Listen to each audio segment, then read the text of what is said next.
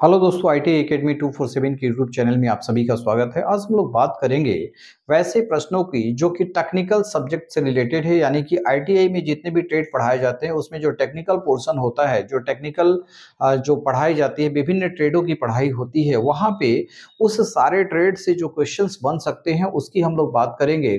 और सबसे पहले जो है, आप ये जानते हैं कि रेलवे में एएलपी और टेक्नीशियन का जो एग्जाम होता है उसमें सीबीटी 2 एक टेस्ट होता है, उसमें केवल टेक्निकल पोर्शन ही पूछा जाता है।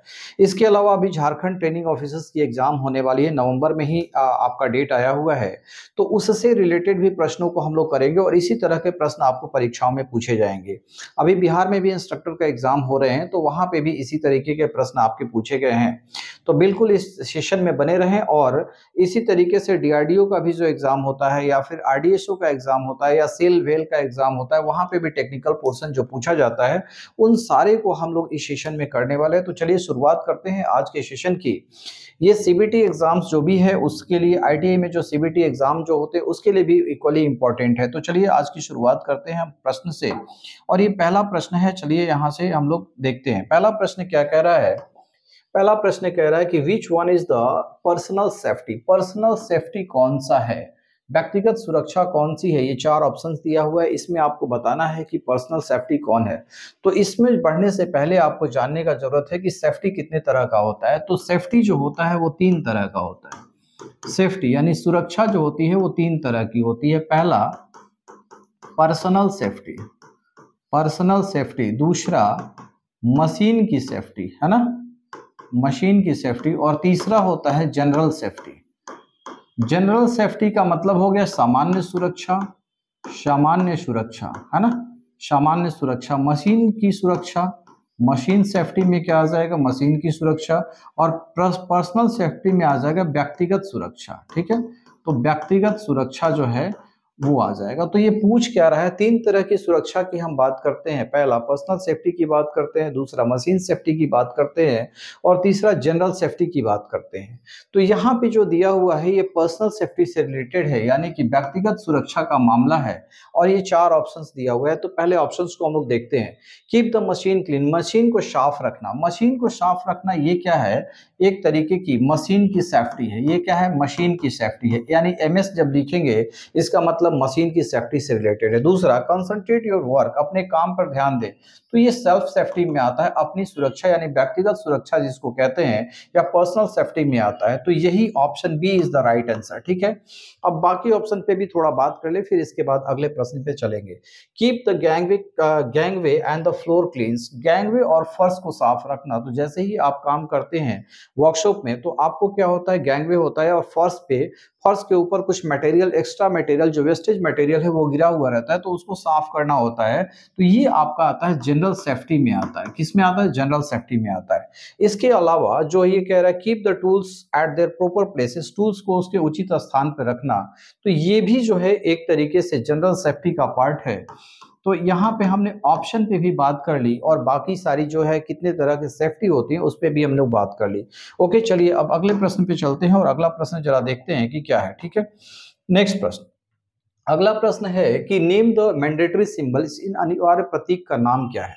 तो देखिए यहाँ पे एक ट्रायंगुलर शेप में दिया हुआ है, ये ट्रायंगल शेप में दिया हुआ है। तो ट्रायंगल शेप में जो भी दिया हुआ रहता है तो ये एक तरीके का वार्निंग साइन होता है। क्या होता है, वार्निंग साइन होता है, वार्निंग साइन। और इसी वार्निंग साइन के अंदर ही आग की लपट, यहाँ पे जैसे आग आग जो है लगा हुआ रहता है, या आग की लपट दिखाई हुई रहती है किसी में, और किसी में जो है डेंजर का साइन बना हुआ रहता है। तो इस तरीके से ये वाला जो साइन है ये वार्निंग साइन को रिप्रेजेंट करता है। तो ट्रायंगल के शेप में कोई भी साइन अगर दिया हुआ रहेगा अंदर में, इसका मतलब क्या है कि वार्निंग कर रहा है, आगे बढ़ने से आपको रोक रहा है, स्टॉप कर रहा है। तो option A is the right answer, यानी स्टॉप जो है इसका जो है सही उत्तर है। ठीक है, अगला है, तो चलिए अब नेक्स्ट प्रश्न, इसमें जो है गिव वे, ये अलग अलग जो है आपका जब प्रतीक आएगा तो उस पे भी हम लोग बात कर लेंगे। तो ये एक्चुअली में प्रतीक नहीं है, इसलिए मैं इस पे ऑप्शंस पे बात नहीं कर पा रहा हूँ। चलिए नेक्स्ट में चलते हैं, अगले प्रश्न पे चलते हैं, और जरा देखते हैं नेक्स्ट प्रश्न क्या है। अगला प्रश्न है flammables of liquidable solids are classified as, यानी ज्वलनशील लिक्विडेबल सॉलिड को, ठोस को वर्गीकृत किया जाता है। अब देखिए यहाँ पे चार ऑप्शंस दिया हुआ है, class A fire, class B fire, class C fire और क्लास डी फायर। अब इस सारे फायर्स के बारे में सबसे पहले हम जानते हैं। Class A fire, class A fire का मतलब क्या होता है कि जो भी पदार्थ अगर जलने के बाद ऐश छोड़ता है, ए स्टैंड फॉर क्या होगा, ऐश, ASH, ऐश का मतलब होता है राख, है ना। तो जो भी पदार्थ जलने के बाद राख छोड़ता है वो क्लास ए फायर के अंतर्गत आता है। जैसे कि वुड, लकड़ी में जो आग लगेगा तो उससे जो अवशेष बचेगा वो राख बचता है। क्लॉथ में जो आग लगता है, यानी कि कपड़ा जो है, कपड़ा में अगर आग लगता है, क्लॉथ्स में जो आग लगता है तो उससे क्या बचेगा, उससे भी आपका राख बचेगा। इसके बाद आपका पेपर में जो आग लगता है ना, पेपर में आग लगेगा तो उस पे भी क्या बचेगा, राख बचेगा। तो इस तरीके से जो भी क्लास ए फायर के अंतर्गत होगा, इसका मतलब जो है जलने के बाद जो भी राख छोड़ता है वो क्लास ए फायर के अंतर्गत आता है। बिल्कुल कंफर्म हो गया ये चीज। अब चलिए क्लास बी फायर क्या कह रहा है। B stand for the barrel, barrel, है ना।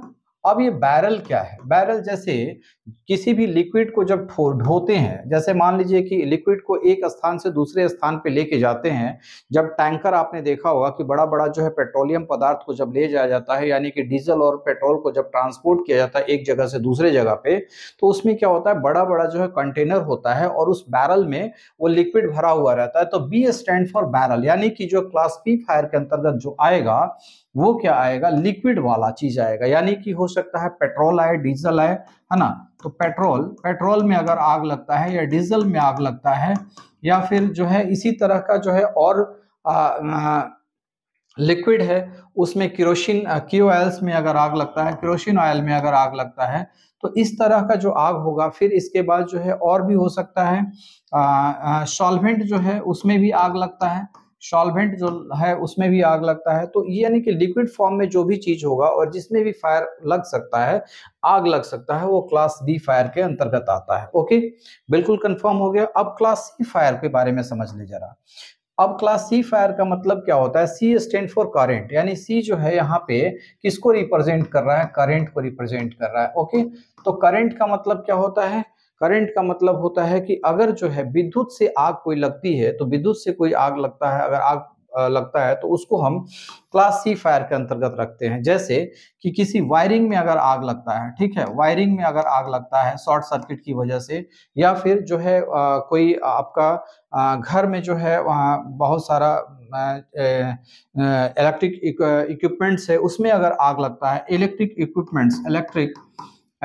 इक्विपमेंट्स में अगर आग लगता है, तो उस केस में जो है ये फायर जो होगा वो क्या हो जाएगा, क्लास सी फायर के अंतर्गत आएगा। इसके अलावा डी जो होता है, डी स्टैंड फॉर, जैसे कि यहाँ पे जो है सॉलिड में जो आग लगता है उसको हम जो है क्लास डी फायर के अंतर्गत रखते हैं। यानी कि क्लास डी फायर में वही आएगा जो कि आपका जो कैसा मेटल होगा, है ना, मेटल होगा, और वो मेटल क्या होगा, कंबुजेबल होगा, है ना, कंबुजेबल मेटल, ठीक है। कंबुजेबल मेटल यानी कि जिस मेटल में जिसमें आग लग सकता है उसको हम क्लास डी फायर के अंतर्गत रखते हैं। तो ये पूछ रहा है, क्वेश्चन क्या पूछ रहा है, फ्लेमेबल्स ऑफ द लिक्विफेबल सॉलिड्स। यहाँ पे लिक्विफेबल्स है ना, लिक्विफेबल्स यानी कि ज्वलनशील लिक्विडेबल ठोस को वर्गीकृत किया जाता है। तो जब आप बात कर रहे हैं लिक्विड की बात कर रहे हैं, तो लिक्विड किस में आएगा, क्लास बी फायर के अंतर्गत आएगा। तो option B is the right answer. चूंकि है ना, यहाँ पे क्या होगा कि जितने भी पेट्रोलियम पदार्थ है, डीजल है, केरोसिन ऑयल है, सॉल्वेंट है, ग्रीस वगैरह भी है, वो भी एक तरीके से थोड़ा सा जो है कह सकते हैं, तो ये सारा जो आएगा, ये इसमें जो आग लगता है वो क्लास बी फायर के अंतर्गत आता है। ठीक है, अब चलिए अगले प्रश्न पे चलते हैं और अगले प्रश्न को जरा देख लेते हैं क्या है। नेक्स्ट प्रश्न है, which is the immediate life saving procedures, तत्काल, यहाँ पे ल होगा, यहाँ पे एल वाई आ गया है, तत्काल जीवन रक्षक प्रक्रिया कौन सी है। तो तत्काल जीवन रक्षक प्रक्रिया, इसको फास्ट एड कहते हैं। जैसे ही किसी को कोई इंजर्ड पर्सन होता है तो पहले तत्काल जीवन रक्षक करने के लिए हम क्या करते हैं, फास्ट एड देते हैं। तो प्राथमिक सुरक्षा जो है ये क्या है, तत्काल इमीडिएट लाइफ सेविंग प्रोसीड्यूर्स है, यानी कि तत्काल जीवन रक्षक प्रक्रिया जो है वो क्या है, फास्ट एड है। ठीक है, तो option A is the right answer. उसके बाद ही हम डॉक्टर को बुलाते हैं या फिर इंटेंसिव केयर में जाते हैं, गहन देखभाल होती है या चिकित्सीय उपचार मिलता है, तो मेडिकल ट्रीटमेंट मिलता है, तो बाद का चीज है। तो सबसे पहले में हम क्या करते हैं, फास्ट एड देके उसको फिर डॉक्टर के पास पहुंचाते हैं। ओके, अब चलिए नेक्स्ट प्रश्न पे चलते हैं और अगला प्रश्न जरा देख लें। Question number 5 name the warning science, इस चेतावनी प्रतीक का नाम क्या है। तो अभी थोड़ा देर पहले हमने बताया कि जो इस तरीके का जो होता है ट्रायंगल शेप में बना होता है वो वार्निंग साइन होता है। तो यहाँ पे लिख भी रहा है कि वार्निंग साइन है ना। तो वार्निंग साइन है तो इसमें जो है वार्निंग साइन बना हुआ है और इसके अंदर एक ट्रेन का इंजन दिखाया हुआ है। तो ये जो है इस तरीके का जब भी आपको सिंबल दिखेगा तो ये जो है अनगार्डेड होता है। अनगार्डेड का मतलब क्या है कि यहाँ पे जो क्रॉसिंग लेवल क्रॉसिंग गेट बना हुआ होता है उसमें कोई भी एलसी गेट नहीं होता, लेवल क्रॉसिंग गेट नहीं होता है और वो अनगार्डेड नहीं होता है, लेवल क्रॉसिंग गेट से गार्ड नहीं किया हुआ रहता है। तो इस तरीके का साइन यहाँ पे दोनों साइड में लगा दिया जाता है। तो यहाँ पे option C is the right answer, unguarded is the right answer. Okay, अब अगला प्रश्न जरा देख लें, नेक्स्ट प्रश्न पे जरा चलते हैं और अगला प्रश्न देखते हैं। what is the class of the fire caused by the firewoods paper cloth। यहाँ पे देख अभी थोड़ी देर पहले आया था कि कागज कपड़े और जो है लकड़ी में जो आग लगता है तो किस क्लास के अंतर्गत आता है। तो अभी हमने बताया, थोड़ी देर पहले बताया कि क्लास ए फायर जो होता है यानी कि जलने के बाद जो राख छोड़ता है वो क्या होगा, क्लास ए फायर में आएगा। तो यहाँ पे कागज में भी आग लगेगा तो ऐश निकलेगा, कपड़े में भी आग लगेगा तब भी जो है राख बचेगा, और लकड़ी में भी जब आग लगेगा तो उस कंडीशन में भी क्या बचेगा, आपको राख बचेगा।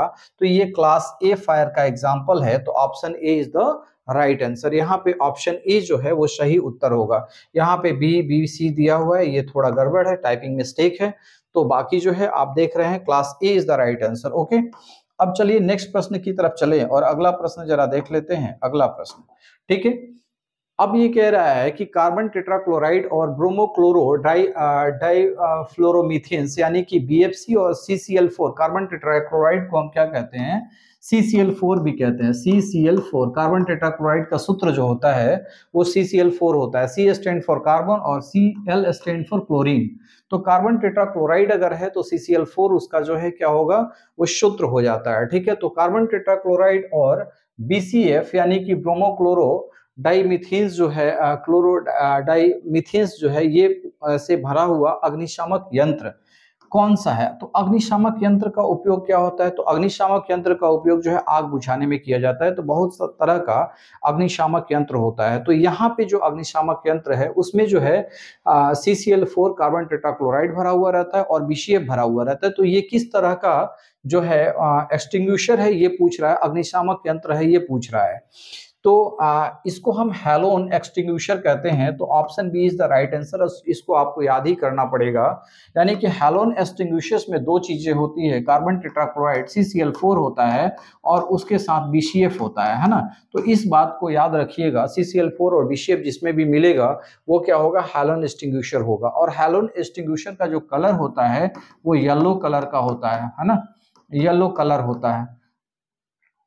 तो ये कलर कोड भी दिया हुआ रहता है उसमें जो है, जैसे ही आपको जो एक्सटिंग्विशर है तो बाहर से देख के ही आप पता कर सकते हैं कि ये किस तरह का एक्सटिंग्विशर है। ठीक है ना, तो ये जो है येलो कलर का होता है और बेसिकली ये जो है आपका क्लास C फायर को रोकने के लिए उपयोग में किया जाता है। यानी कि क्लास C फायर जो होता है उसको रोकने के लिए उपयोग किया जाता है। और क्लास C फायर में क्या होता है, यानी कि करंट से रिलेटेड जो भी फायर होता है, करंट का मतलब क्या होता है, विद्युत से लगी आग, यानी विद्युत से लगी आग को बुझाने के लिए इसका उपयोग किया जाएगा। विद्युत से लगी हुई आग को बुझाने के लिए, लगी हुई आग को बुझाने के लिए इसका उपयोग किया जाता है। इसके अलावा जो है पेट्रोलियम पदार्थ में भी आग लगता है तो उसमें हैलोन एक्सटिंग्विशर का प्रयोग किया जा सकता है। तो चलिए उसकी हम लोग बात करेंगे। ठीक है, अब नेक्स्ट प्रश्न पे चलते हैं और नेक्स्ट प्रश्न जरा हम समझते हैं कि अगला प्रश्न क्या है। ओके, अगला प्रश्न जो है जरा देखें, नेक्स्ट प्रश्न क्या कह रहा है। अगला प्रश्न, तो ये प्रश्न कह रहा है which comes under the mechanical occupational hazards, यानी कि कौन से यांत्रिक व्यावसायिक खतरों के अंतर्गत आता है। यांत्रिक व्यावसायिक खतरा,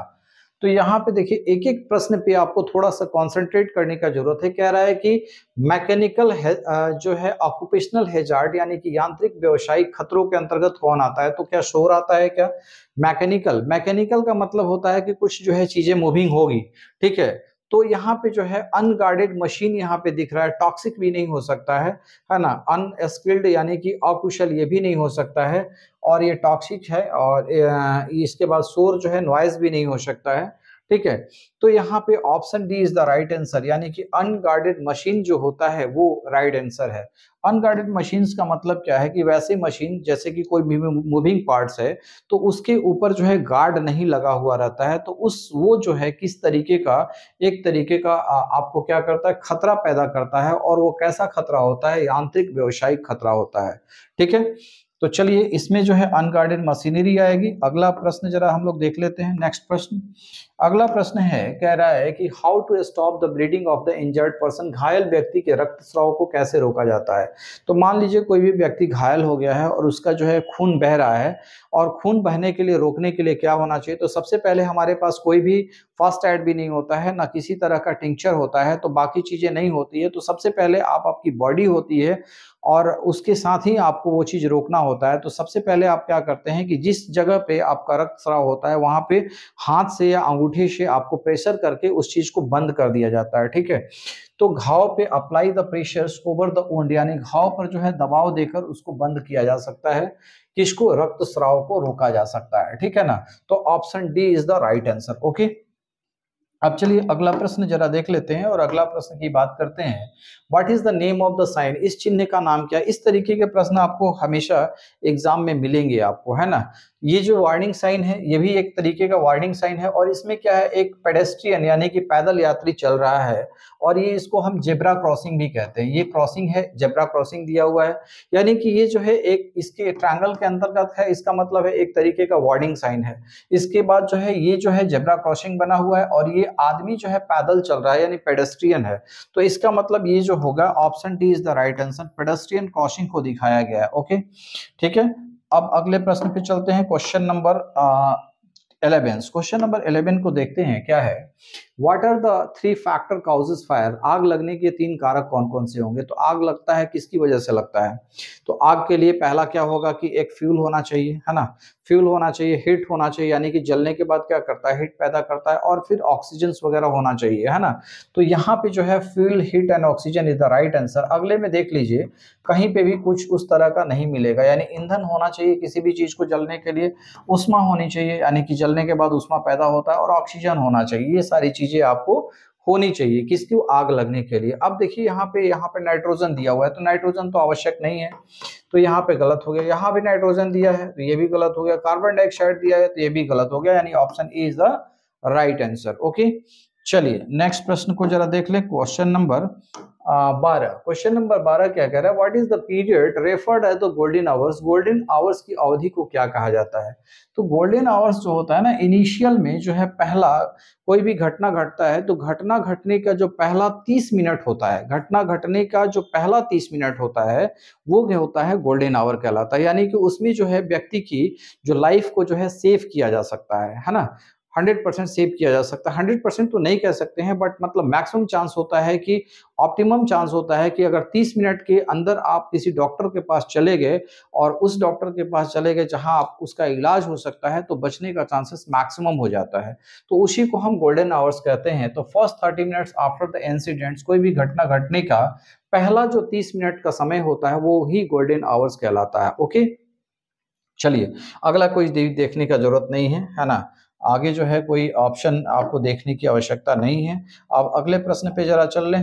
अगला प्रश्न देखते हैं कि what is the first step two of avoiding the accident in work place, यानी कि कार्यस्थल पर दुर्घटना से बचने के लिए पहला कदम क्या होना चाहिए। कोई भी वर्किंग प्लेस है जहां पे आप काम कर रहे हैं, तो वहां पे दुर्घटना अगर होती है तो दुर्घटना से बचने के लिए आप क्या कर सकते हैं, उन सारी चीजों के लिए यहाँ पे देख ऑप्शन दिया हुआ है। तो सुरक्षा उपकरण पहनकर तो इससे भी बचा जाता है, चीजों को अपने तरीके से करना तो ये गलत है, सुरक्षा सावधानियों का पालन करके। तो सबसे पहले क्या होता है कि आपको सेफ्टी मेजर्स लेना पड़ता है, यानी कि अगर भी कहीं पे भी अगर आप काम करने जा रहे हैं तो सबसे पहले सेफ्टी एंड प्रिकॉशंस का ध्यान रखना पड़ेगा, सेफ्टी मेजर्स लेना पड़ेगा, है ना। तो safety major is the important thing, safety measures जो है लेते हैं, है ना, और सेफ्टी मेजर्स लेके ही जो है कार्यस्थल पर दुर्घटना से बचने के लिए हम प्रयास करते हैं। तो option C is the right answer. ठीक है, ऑप्शन सी जो है वो सही उत्तर है। Okay, doing things with the high skilled working practice, तो ये जरूरी नहीं है, आप सुरक्षा सावधानी का पालन करके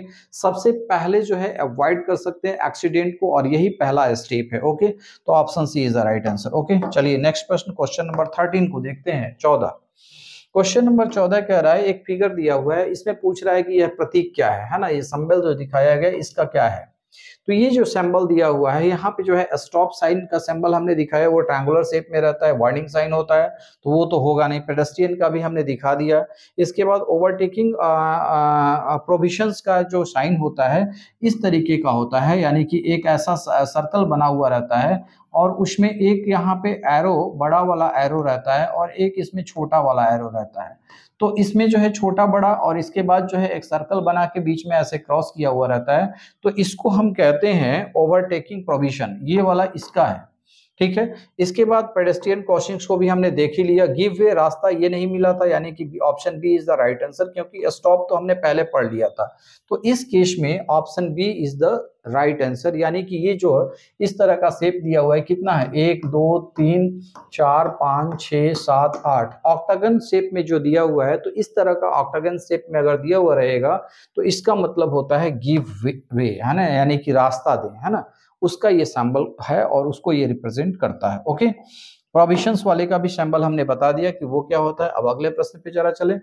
what is the colour code of the bins for the waste paper segregation, यानी कि बेकार कागज अलगाव के लिए डिब्बे बिन्स का कलर कोड क्या होना चाहिए। यानी कि जो डिब्बे जो होते हैं, जैसे कि वेस्ट मटेरियल जहां पे हम रखते हैं, तो उसका कलर कोड क्या होता है, इसके बारे में पूछ रहा है। तो वेस्ट पेपर का है, तो वेस्ट पेपर का है एक तरीके का, किस तरह का जो है आपका क्या कह सकते हैं, किस तरह का वेस्ट है, तो पेपर है, तो पेपर है तो ड्राई वेस्ट में आएगा। तो ड्राई वेस्ट जो होता है, ड्राई वेस्ट का जो कलर होता है वो क्या होता है, ब्लू कलर का होता है। ठीक है, तो blue is the right answer. यहाँ पे आप कहीं पे दिखा होगा तो नीला जो है ये जो है किसके लिए यूज होता है, यानी कि ड्राई वेस्ट के लिए होता है ना। तो कागज भी जो है वो क्या है, एक तरीके का ड्राई वेस्ट है, उसको सेग्रीगेट कर रहे हैं, अलग अलग कर रहे हैं, तो वो जो है ब्लू जो है किस में आता है, ड्राई वेस्ट में आता है। इसके अलावा जो वेट वेस्ट होता है, यानी कि वेट वेस्ट में क्या होता है, वेट वेस्ट जो होता है या फिर जो है ग्रीन वेस्ट जिसको बोलते हैं, तो हरा वाले में क्या जाता है, हरा वाला में जैसे कि वेजिटेबल्स पील्स वगैरह जो है, वेजिटेबल्स या खाना का जो बचा हुआ फूड्स आइटम जो बच जाता है उसको जो है डाल दिया जाता है किसमें, ग्रीन वेस्ट में, ग्रीन बीन्स में डाल दिया जाता है। क्यों, क्योंकि उसका रिसाइकिल हो सकता है। ठीक है, तो रिसाइकिल जिसका हो सकता है उसको हम कहाँ पे रखेंगे, ग्रीन बीन्स में रखते हैं। ठीक है, अगला जो है ब्लैक, ब्लैक जो है कलर, जो ब्लैक बीन्स जो होता है वो किसके लिए होता है, हॉस्पिटल्स में जितने भी मटेरियल्स होते हैं, हॉस्पिटल का जो भी एक्स्ट्रा जो वेस्ट होता है उसको डालने के लिए हम क्या करते हैं, ब्लैक वेस्ट का प्रयोग करते हैं। तो हॉस्पिटल का जो वेस्ट होता है, हॉस्पिटल वेस्ट, है ना, हॉस्पिटल वेस्ट के लिए हम क्या प्रयोग करते हैं, ब्लैक आपका कलर का बीन्स प्रयोग करते हैं। तो हॉस्पिटल में क्या होगा, बहुत सारे पिल्स हो सकते हैं, सुई हो सकते हैं, नेडल हो सकती है ना, और बहुत सारा जो है आपका क्या हो सकता है, वहां पे दवा का जो वेस्ट होता है, वेस्ट दवा है वो हो सकता है। ग्रीन्स में हमने बताया कि जो है फूड्स हो सकता है, कौन सा, जो कि वेस्ट फूड है ना, वेस्ट फूड जो बच गया है, ठीक है, फूड आइटम वो हो गया। वेजिटेबल्स होता है, वेजिटेबल्स हो सकता है, ठीक है, और दूसरा क्या हो सकता है, तो ये सारे जो है चूंकि रिसाइकल हो सकता है इसीलिए इसको ग्रीन वेस्ट में रखा जाता है।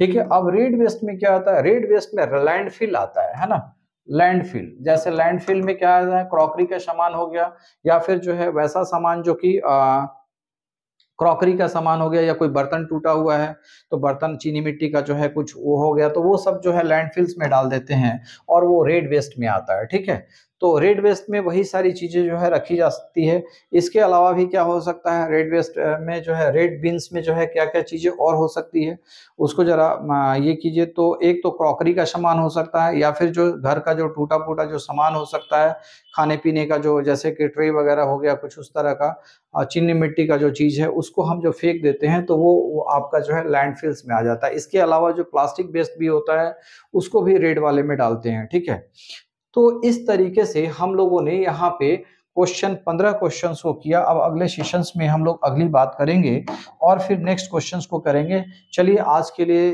Thank you very much, next session में फिर मिलते हैं। ओके।